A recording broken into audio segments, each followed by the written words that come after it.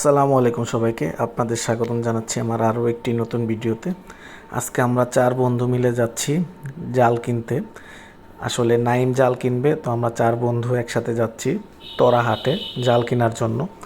আমরা তরা হাটে চলে এসেছি। একটা দোকানে আমরা গিয়ে জালের কথা বলতে উনি জাল বের করে দিল। তো জালটা দেখলাম, মুরব্বিও কথা বলতেছে, মুরব্বিও নিতে আসছিল, কিন্তু তার সাথে দামে বনাবনি হয় নাই। জালটা ওই রকম আমাদের কাছে ভালো লাগে নাই। তো আমরা পরে আর একটা দোকানে চলে গিয়েছি, পরে এই জালটা দেখলাম। আর যেহেতু আজকে হাটবার ছিল অনেক, আমরা একটু হাটের পরে গিয়েছিলাম। তো এই জালটা আমরা দেখলাম, এই জালটা ভালো লাগছে আমাদের। আমরা তো কথা বলতেছিলাম যে জালটা কীরকম হবে, কত দাম। আমরা ভিতরে আমাদের সাথে আর একটা ছিল, মুরব্বি ছিল, উনিও দেখিয়ে দিল। তো সব কিছু বনার পরে দাম ঠিক করার পরে উনি জালটা রেডি করে দিচ্ছেন। জালের যে সুতাটা থাকে সেটা উনি ভালো মতন বেঁধে দিচ্ছেন, কারণ ওনারা এগুলা নাইম যেহেতু জালটা কিনেছে, আমরা সবাই আসছি, আমরা 4 বন্ধু মিলে, শামীম, সাগর। তো জালটা উনি ভালো মতন যাতে খুলে না যায় সেজন্য আগুন দিয়ে উনি এটা ঠিক করে দিচ্ছে সব কিছু।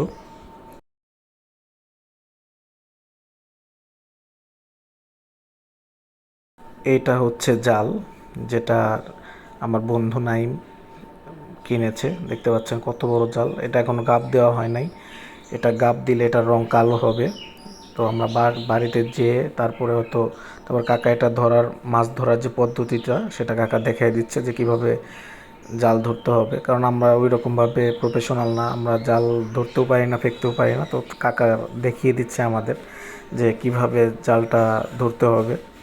তো সব কিছু বনার পরে আমরা জালটা নিয়েছি। কাকা আমাদের ব্যাগের মধ্যে জালটা দিয়ে দিচ্ছে।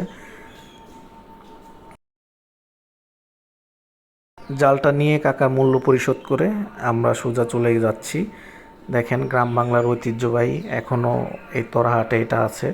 আগে আমরা ছোট সময় দেখতাম যে এরকম হাটের মাঝে লোক বসে চুলদাড়ি কাটার যে ব্যবস্থাটা সেটা। তো যাওয়ার আগে সাগর বলতেছে যে তাহলে আমি কয়েকটা মুরগি নেব, শামীম বলতেছে আমি হাঁস নিব। তো আমরা সেগুলো দেখতেছিলাম, শামীম যে মুরগি দেখতেছে, হাঁস দেখতেছে। সাগর এই 3টা দেশি মোরগ নিয়েছে, এটা 1700 টাকা পড়েছে 3টা, দাম মনে হলো একটু বেশি। আর শামীম এই হাঁসটা নিয়েছে, এই হাঁসটা 600 টাকা নিয়েছে।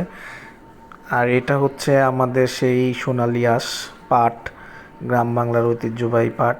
আজকে হাট যেহেতু, সব হাটের শেষের দিকে আমরা আসছি, এর জন্য এত ফাঁকা ফাঁকা, কিন্তু আজকে তরা হাট ছিল। আমরা নেওয়ার পরে নাইম বলতেছে তাহলে আমারও 2টা হাঁস নেওয়ার দরকার ছিল। তো নাইম পরে গিয়ে 2টা হাঁস কিনে আনছে। এই হচ্ছে নাইমের 2টা হাঁস। আমরা এখন হাঁস নেওয়ার পরে আমরা যে যার আমরা বাড়ির দিকে রওনা হচ্ছি। আর আমরা রওনা হয়েই আমরা আবার মাছ মারতে যাব। আর সামনেই ভাই দাঁড়িয়েছিল আমাদের জন্য, কারণ ভাইকে নিয়ে আসছিলাম আমরা একবারে রিক্সাতে করে। আমরা 4 বন্ধু একসাথে আসছি, দেখছেন ওরা কত কিছু বাজার সদাই করে ফেলেছে। আমার ভিডিও কেমন লাগলো জানাবেন। আপনারা বেশি বেশি লাইক, কমেন্ট, সাবস্ক্রাইব করবেন, পাশে থাকবেন।